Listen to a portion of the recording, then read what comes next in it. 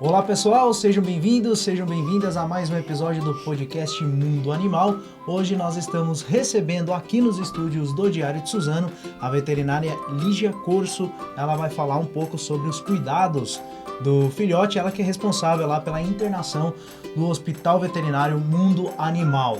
Você que tem filhote, então, não pode perder esse episódio. E lembrando que este e os demais episódios do podcast estão disponíveis no portal do Diário de Suzano, www.diariodesuzano.com.br, também no Instagram, no Facebook, no YouTube e no Spotify, lá do Diário de Suzano. Vale a pena conferir. E se você está gostando aí do podcast, deixe seu like e compartilhe com os amigos aí para dar uma fortalecida no nosso trabalho. Lígia, obrigado por novamente estar aqui no nosso podcast. E eu gostaria de perguntar para você, né, de início, como é que tem sido esses dias aí na clínica? O que você tem para falar para a gente? Boa tarde a todos. No hospital, perdão. Graças a Deus, nos últimos dias a gente tem tido uma demanda boa, mas com uma gravidade menor, que a gente fica feliz pela demanda aumentar, mas ao mesmo tempo a gente fica triste quando os bichinhos estão muito doentes, né? Então, graças a Deus, esse último mês foi um mês muito bom pra gente, tanto quanto a demanda e também na gravidade dos pacientes. Então, graças a Deus, tudo bem. O tema de hoje, né, que é os cuidados aí com o filhote, tem chegado muito filhote lá para Sim, filhotinho chega sempre, a gente fica doido, quer pegar todo mundo, quer beijar, quer dar cheiro. Mas sim, a gente atende bastante filhote, desde de cachorro a gato também. E é uma demanda bem intensa, assim, vem bastante pra gente. A maioria desses filhotes, geralmente os atendimentos são direcionados aqui. A grande maioria dos atendimentos é vacinal, né? Graças a Deus. Que é justamente os primeiros atendimentos, né? Que daí ele vai passar por uma consulta de orientação e iniciar a vacinação mesmo. Então, a maioria dos filhotes vem para o procedimento vacinal. Lígia, tem um vídeo na internet, tem circulado na internet, de um rapaz que encontra um gatinho no meio da rua, sozinho, e de repente surge um monte. O golpe, né? Veio mirradinho, pequenininho, e daqui a pouco aparece um monte de gatinho do meio do mato. Esse vídeo bastante bacana. Eu queria que você comentasse um pouquinho sobre, eu mandei pra você. Caramba, mas do nada sai um monte. O gato, normalmente, o gato ele vai atraindo. O pessoal sempre fala, nossa, apareceu outro gato. Eu tenho um gato e parece que veio outro visitante.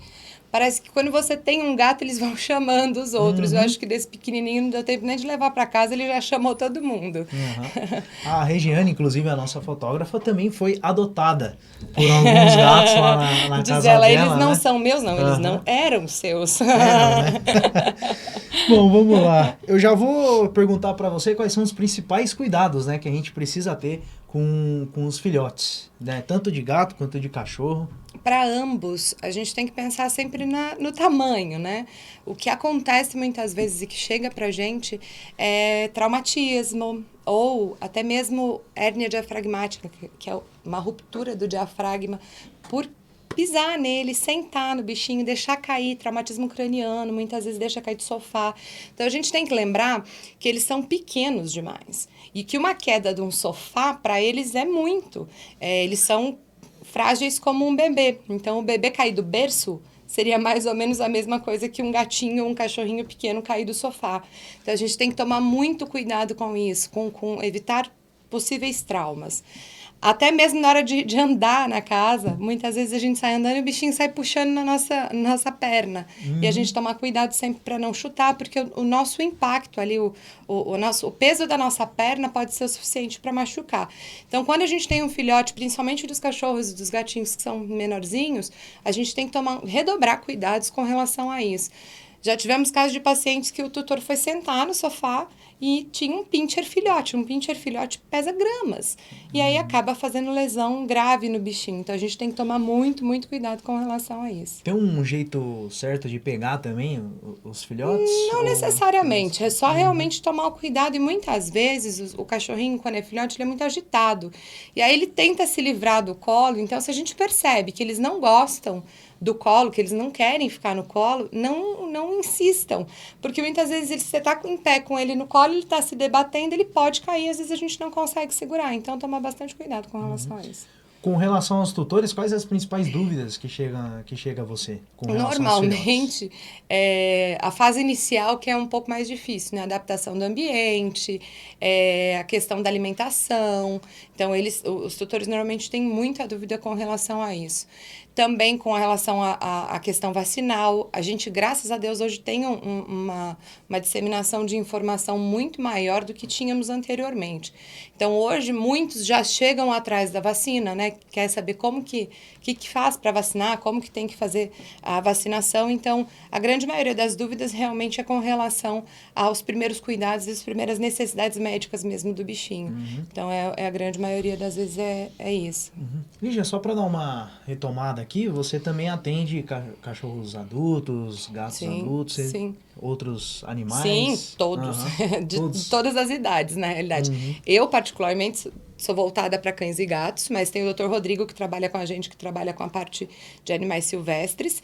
E a gente atende desde o nenenzinho, às vezes desde o neonato, né, que acabou de nascer ali com a gente, até o finzinho da vida deles. A gente atende todas as idades. Então é isso, foi uma palhinha do que você vai ver aqui nos próximos 2 blocos deste episódio do podcast Mundo Animal. Então fique com a gente, voltamos já.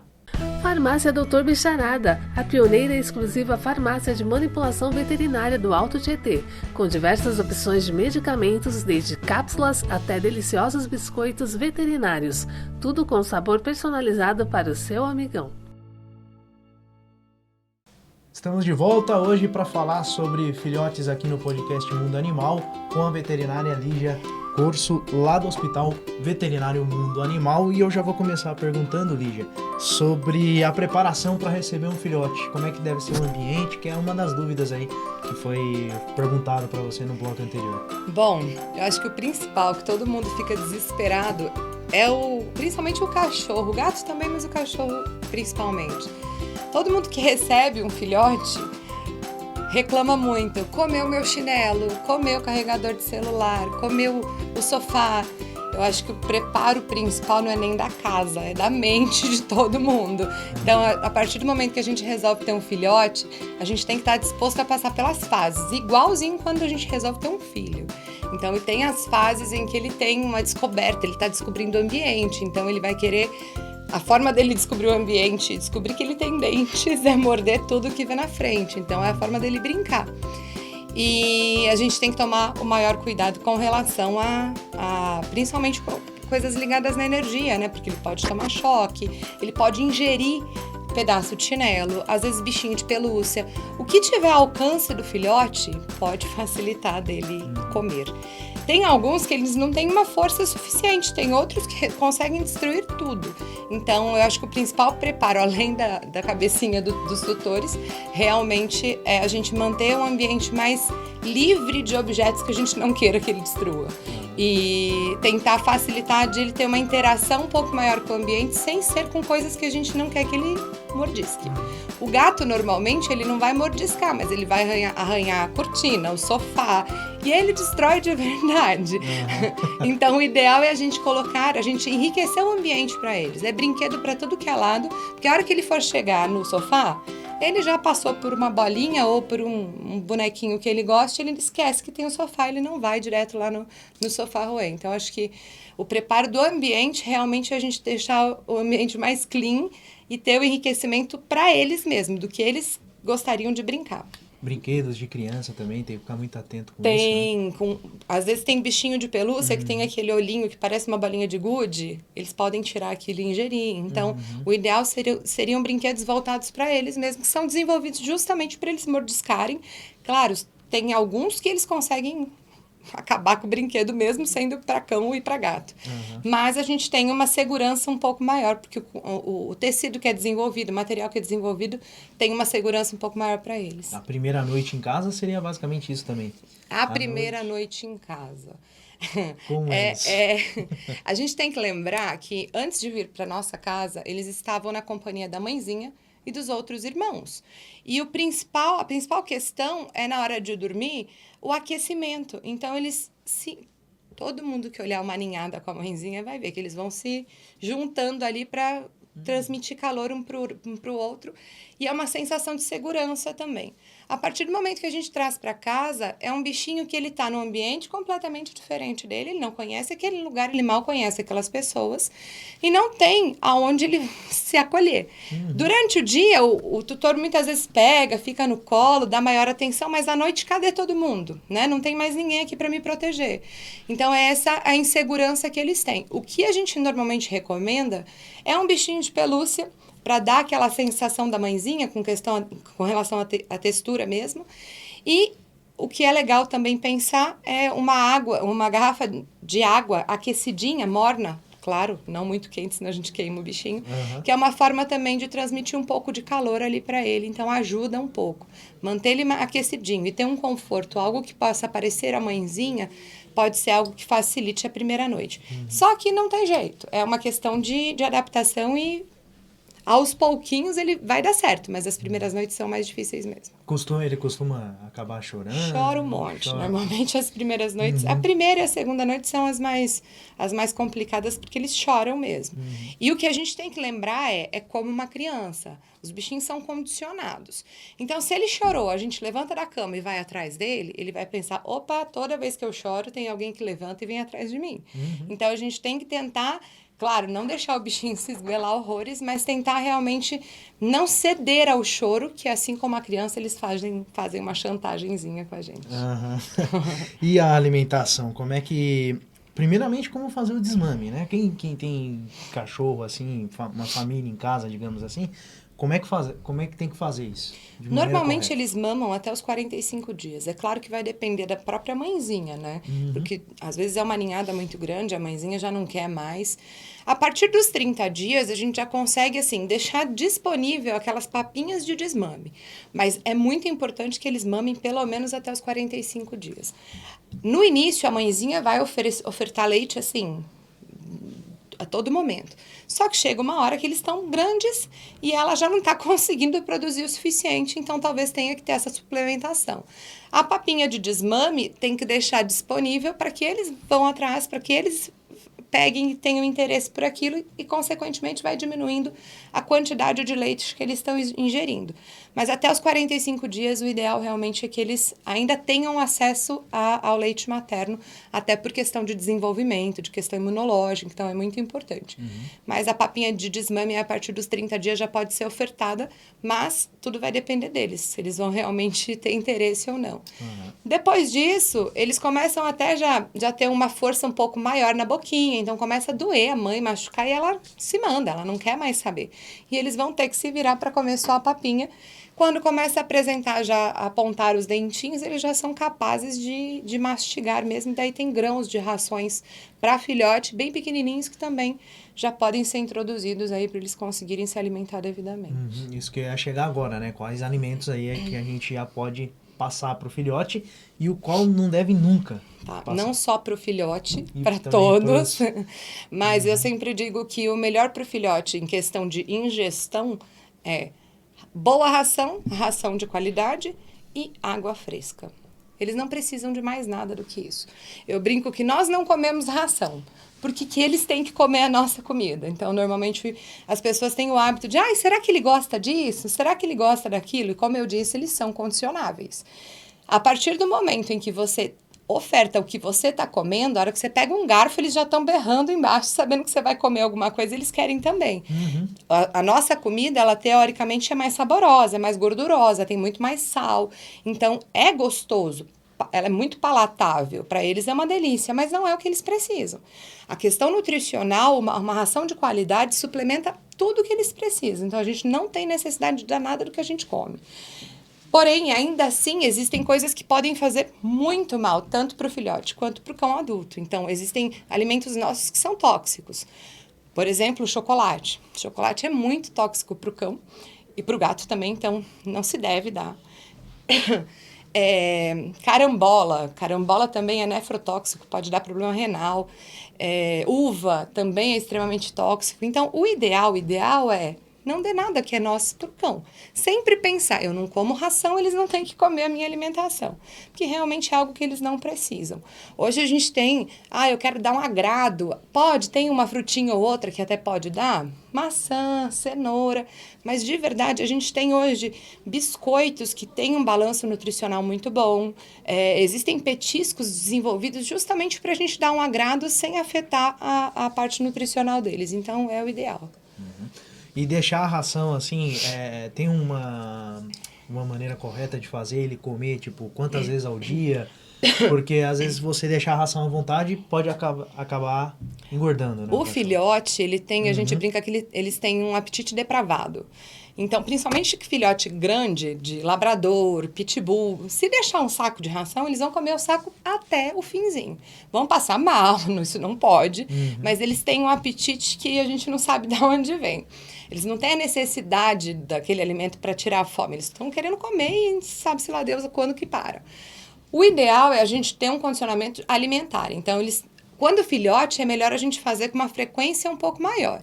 Então, a gente normalmente recomenda 3, 4 vezes ao dia, a gente coloca a porção da alimentação. Toda a ração, na embalagem, está descrita a quantidade que o paciente tem que comer. Então, e é por peso e pela idade. Então, se está escrito lá 100 gramas, eu não vou dar 100 gramas 4 vezes. Eu vou dar 100 gramas dividido em 4. Então, eu vou fracionar essa quantidade que normalmente está descrita na ração, que é a quantidade diária desse bichinho.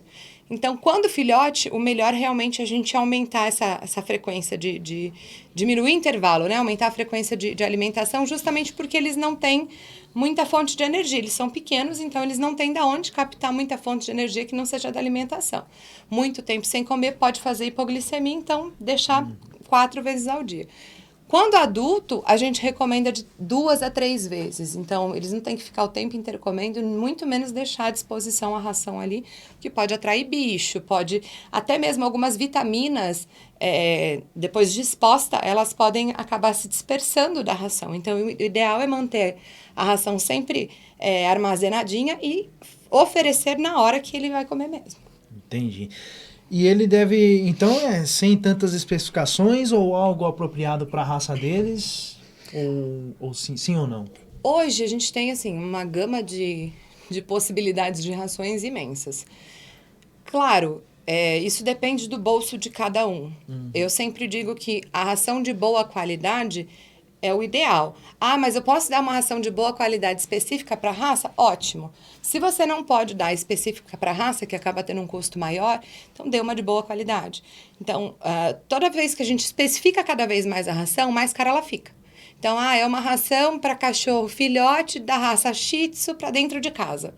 Então, o preço da ração acaba ficando um pouco mais caro, até porque teve estudos e teve todo o desenvolvimento da ração para ser daquela forma. Não, a ração pesa muito no meu bolso, então vou comprar uma ração de uma marca boa, de boa qualidade para filhote. O que a gente tem que respeitar para filhote é ração de filhote, porque ele está necessitando aí de uma carga nutricional muito maior do que um cão adulto. E outra dúvida, uma das principais, inclusive, dos tutores, é com relação à vacina, né? Quando ele deve começar a vacinar? Os cães, a gente normalmente começa o protocolo vacinal a partir dos 45 dias de vida. E os gatinhos a partir de 2 meses de idade. Então, é basicamente isso, quando se inicia, de fato, a vacinação. Claro, isso vai depender de um exame físico no paciente, saber se ele pode receber a vacina. A vacina só pode ser administrada e aplicada num paciente saudável, num bichinho saudável. Então, ele tem 45 dias ou ele tem 2 meses, mas ele tem alguma enfermidade, alguma coisa, não vai vacinar.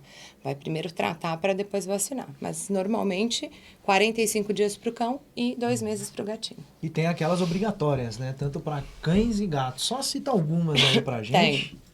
Para o cão, a raiva para os dois, né? A raiva é a principal delas, até porque é uma zoonose que já foi muito importante. Hoje em dia, graças a Deus, a gente tem a erradicação dela. Então, mas se a gente parar de vacinar, não vai voltar até a doença. Então, a raiva os dois têm que tomar, tanto o gato quanto o cão. Para o cão, hoje, a gente tem disponível no mercado V10 e V8, que são vacinas boas e que realmente pegam as principais doenças que o filhote pode desenvolver e até virar óbito, dependendo da doença que ele pegar. E o gatinho, existe a V4 e a V5, que também são vacinas para os principais vírus que acometem os felinos. Então, são basicamente as mais importantes. V10 ou V8 e a raiva para o cão, V4 e V5 e a raiva para o gatinho. É a obrigatória, né? Tem algumas que têm a necessidade de ter mais de uma dose? Sim, todas elas. Na fase inicial, eu digo que a gente está ensinando o corpinho deles a produzir anticorpo. Então, o Covid veio para ajudar a gente um pouquinho a explicar com relação à vacina. A primeira dose, a gente vai dizer para o corpinho deles, olha, tem algo que você precisa combater. Então, o corpo vai entender, opa, o que é isso? Como que eu combato? A segunda dose, cada vez que a gente vai aplicando, ele vai formando uma maior quantidade de soldadinhos para combater aquele vírus. Para quando ele entrar em contato com o vírus de fato, o vírus causador da doença, ele já tem um monte de soldadinho ali já pronto para combater a doença sem que ele pegue a doença de fato, tá? Então, a V10, que é a principal de todas para os cães, inicialmente são de 3 a 4 doses, quando filhote. E depois a gente faz reforço anual. Então, filhotinho vai tomar de 3 a 4 doses da V10 e o ano seguinte uma dose, só que daí todo ano tem que tomar o reforço.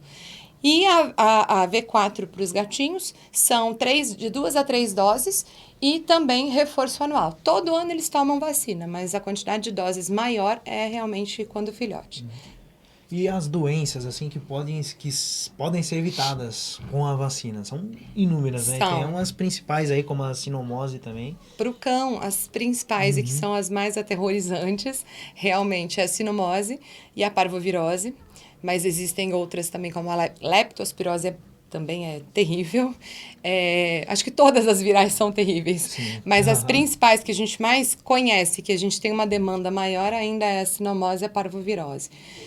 Então, para o cão, sinomose, parvovirose, hepatite canina, parainfluenza, leptospirose, coronavírus. Então, são os principais que ela imuniza, né? Para o gato, as principais doenças é a clamidiose, a calicivírus, rinotraqueite e panleucopenia felina, que também são doenças que são bastante devastadoras, assim, e normalmente, elas principalmente, quando o gatinho contrai essa doença, dificilmente ele se livra dela. Ele vai ter que conviver com a doença para o restinho da vida dele. Então, a oscilação imunológica vai fazer com que ele sempre tenha os sintomas. Então, não é ter a doença e passou, nunca pego mais. Ele tá lá com ele e qualquer oscilação imunológica ele vai voltar a fazer sintoma. Tem chegado o bichinho diagnosticado com coronavírus? Então, o coronavírus dos cães, e também tem o coronavírus felino, são diferentes. São completamente diferentes do nosso, né? Então, a gente até no começo da pandemia achou que nós veterinários seríamos imunizados porque a gente tinha contato frequente com o coronavírus, mas não tem nada a ver um vírus com o outro. Então, eles têm, e frequentemente a gente diagnostica o coronavírus deles, mas o nosso coronavírus não tem neles, não. Entendi. Mas o deles, de vez em quando, a gente pega, sim. Fechou. Então, Lígia, nós vamos para mais um rápido intervalo. Na volta a gente vai falar sobre a questão da castração, né? A importância e também como fazer, né, o bichinho fazer a sua necessidade no lugar correto, que muita gente tem dificuldade. Então essas dúvidas serão tiradas no próximo bloco. Então fique com a gente, voltamos já.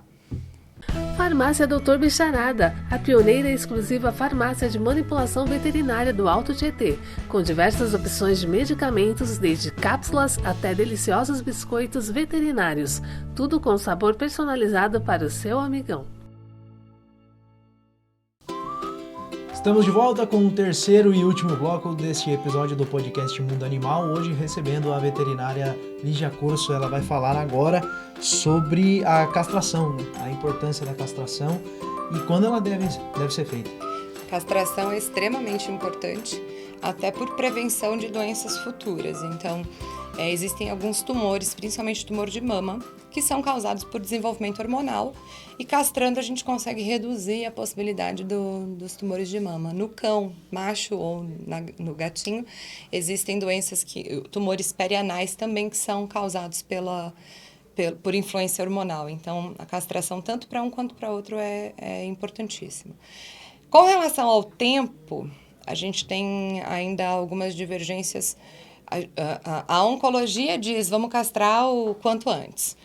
E a ortopedia diz, não, temos que esperar um pouquinho. Por quê? O desenvolvimento hormonal, principalmente no cão, depende muito, o crescimento depende muito do desenvolvimento hormonal. Então, em raças grandes, a gente recomenda ser uma castração um pouco mais tardia, porque ainda precisa de toda essa questão hormonal para ajudar no crescimento. Só que em raças pequenas, a gente já pensa um pouco, tipo, ele não vai crescer tanto, mas ainda assim está em fase de crescimento, né?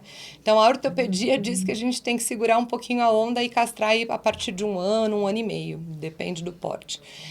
Já a oncologia diz pra gente, castrem o quanto antes. Termina o esquema vacinal e castra, porque aí a gente não tem o desenvolvimento hormonal para não causar câncer futuro.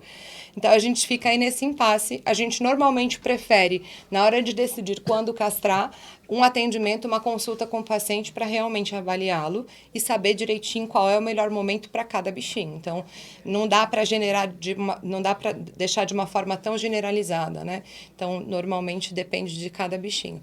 A questão são as gatas. As gatas são problemáticas, porque quando elas entram no cio é um estrondo. Então, as gatas, normalmente, a gente termina o esquema vacinal, e os gatinhos também, os machos, e aí a gente já faz realmente a castração, até por questão de segurança, porque eles vão pro vizinho e acabam fazendo festinha na casa do vizinho e vem com surpresinha para casa. Então, o gatinho, normalmente, gato e gatas, a gente termina o esquema vacinal e já pensa na castração. Os cães, a gente ainda tem um cuidado um pouco maior, até porque eles têm uma diferenciação muito grande por questão de porte, então é mais individualizado. Certo. E outra dúvida também dos tutores é como fazer o cachorro, o gato, fazer as necessidades dele no lugar correto, né? É difícil. Você tem filhote na sua casa? Agora eu não tenho, mas já tive. Mas você já teve. Já tive muitos. Então conta aí pro pessoal que tá louco pra fazer o cachorro ou o gato fazer na a necessidade realidade, dele no lugar correto. A gente tem que sempre... claro, o cão é o cão, gente é gente, mas a gente pode aproximar da nossa realidade. Quando filhote, eles não têm o total controle do esfíncter urinário, né? Então, a gente não pode exigir tanto deles. É que nem a criança que está desfraldando. Ela está saindo da fralda, antes ela tinha um lugar que ela fazia xixi e estava tudo certo. E agora ela está aprendendo que não tem mais a fraldinha ali. E chega um momento que muitas vezes acaba fazendo nas calças justamente porque não dá tempo de chegar no banheiro. Principalmente para os cães, acontece muito e às vezes os tutores perdem um pouco da paciência. Eles não têm o total controle. Então, a gente tem que pensar o seguinte. Moro numa casa e aí eu quero que ele faça xixi na lavanderia. Ok. Primeiro, a gente tem que ensinar aonde a gente quer que ele faça o xixi, não o local. Eu quero que ele faça xixi no tapete higiênico, que normalmente é o que se utiliza hoje, é o mais fácil de cuidar e até mesmo mais prático. Então, se eu quero que faça xixi no tapete higiênico, primeiro eu preciso ensiná-lo que é no tapete higiênico que ele precisa fazer. O que normalmente eu recomendo e que eu fiz muitas vezes e deu certo? Eu espalho o tapete higiênico para a casa inteira. Porque se ele tiver que lembrar onde está o tapete higiênico e até chegar lá, ele pode ter feito no meio do caminho. Então, se a gente colocar vários tapetes higiênicos pela casa, ele tem uma chance maior de acertar o tapete. Viu que ele fez xixi ou cocô no lugar certo, faz gracinha com ele, faz festinha mostrando que tá certo. E aí, conforme o passar das semanas, você vai tirando. Eu tenho um em cada cômodo, agora eu tiro de um cômodo, na outra semana de outro cômodo. E aí sim eu deixo somente aonde eu quero que ele faça, o local que ele tem que fazer. Então, na lavanderia, primeiro tá a casa inteira, o último tapete que vai ficar é o da lavanderia, que é onde realmente a gente quer que ele faça. O gato, ele é um pouco, a gente brinca que eles são mais limpos. O gato, ele vai procurar areia, né? O gato, ele é muito mais seletivo na hora de fazer o xixi e o cocô. E isso é até preocupante porque a gente tem problemas urinários com os felinos justamente por conta deles não gostarem de banheiro sujo, não é qualquer lugar que eles fazem. O cuidado que a gente tem que ter desde filhote com o gatinho e com a gatinha é o local. Eles querem fazer xixi e cocô no lugar zen, sem barulho, que esteja limpo. Essa é a exigência deles. Então, o que recomendamos? Lavanderia, se o gatinho vai fazer xixi. Na caixinha de areia que a gente disponibilizou ali, bonitinho, cheirosinho, tá tudo limpo. Mas a máquina de lavar liga, você imagina o susto que ele toma fazendo xixi. Ele não vai voltar a fazer xixi ali mais. Então, a gente tem que disponibilizar um local tranquilo, que não tenha muito barulho, que é onde ele quer. Ele quer um cantinho limpinho e sem barulho ali, que nada estresse ele naquele momento. Uma caixa de areia, a literatura diz que para cada gato é uma caixa e meia de areia.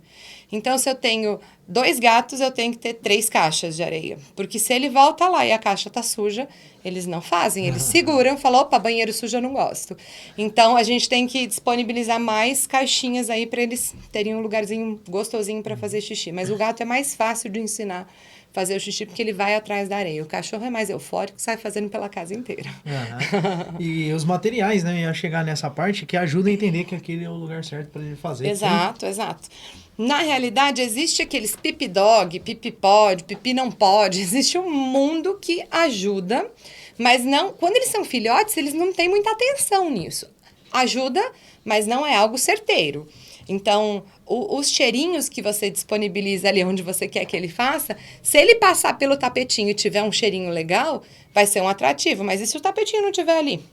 Não adianta, tá? Então, são coisas que a gente tem para auxiliar, mas é mais a nossa dedicação e a nossa persistência com relação a eles do que coisas que auxiliam de fato. E caso esse treinamento, digamos assim, não dê certo, o que o tutor precisa fazer? Olha, até os 6 meses ainda é bem complicado, né? Porque eles ainda tem toda a euforia do filhote. Às vezes eles descobriram onde faz o xixi, mas na hora que a gente chega em casa, eles ficam tão felizes que o xixi escapa. Então, isso ainda tem a ver com ser um filhote, né? Ter uma ansiedade um pouco maior. Depois de 6 meses, aí viu que o negócio não vai, aí é legal pensar num adestramento, porque pode ter aí uma questão comportamental. O adestrador vai conseguir entender o que de fato faz com que ele não... Porque às vezes eles fazem xixi fora do lugar só para chamar atenção. A gente brigar com eles é uma forma deles obterem a nossa atenção. Então, pode ter alguma questão comportamental que esteja dificultando ou... Para eles é assim, eu vou fazer xixi, você briga comigo e tá tudo certo, porque aí você briga comigo, você tá olhando para mim. Então, talvez tenha algo a mais aí envolvido. Mas a questão fisiológica, até os 6 meses, normalmente eles começam a fazer bonitinho. Então tem cachorro que muito antes. Tem filhote que com uma semana em casa já tá fazendo xixi no lugarzinho certo. Também é individual, é de cada bichinho. Então, o período aí que ele aprende é, no mínimo, 6 meses. Isso é de cada... Eu acho que seria no máximo 6 meses. E aí, de 6 meses em diante, ainda tá muito... Escapar de vez em quando, ok. Agora não. Nunca acerta o lugarzinho, daí pode ter alguma influência comportamental. Resumindo aí, qual que é o mais difícil para você conseguir fazer? O cachorro ou o gato? É o cachorro. O gato é sempre mais limpo. Ele gosta do ambientezinho próprio para isso. O cachorro, onde tiver, ele vai fazer e tá tudo certo. O gato não. O gato ele é muito mais seletivo, ele é muito mais limpinho. Então, o gato facilita... se você não quer ter problema com os xixis, o gatinho é mais fácil. E para quem tem vários filhotes, é o mesmo esquema. A mesma coisa. É loucura, mas é a mesma coisa. Eu já tive uma ninhada que a gente falava, meu Deus do céu, enquanto um acertou, 5 erraram. Então, é bem complicado. Quando tem muitos filhotes juntos, dá certo, mas tem que ter muita paciência, muita insistência ali. Você tem quantos cachorros na sua casa? Hoje eu tenho 3. Os 3 desde filhote? Os 3 desde filhote. Desde filhote. Que bacana. Então, obrigado, Lígia. Obrigado a você que acompanhou mais um episódio do podcast Mundo Animal. Esse episódio, assim como os demais, estará disponível no portal do Diário de Suzano, www.diariodesuzano.com.br, no YouTube, no Instagram, no Facebook e no Spotify do Diário de Suzano. O endereço do hospital está aqui na tela, é só você conferir aí. E semana que vem tem mais podcast Mundo Animal aqui no Diário de Suzano. Se você gostou, compartilha aí pra gente, tá bom? Então, semana que vem temos mais um encontro marcado. Até lá. Tchau, tchau.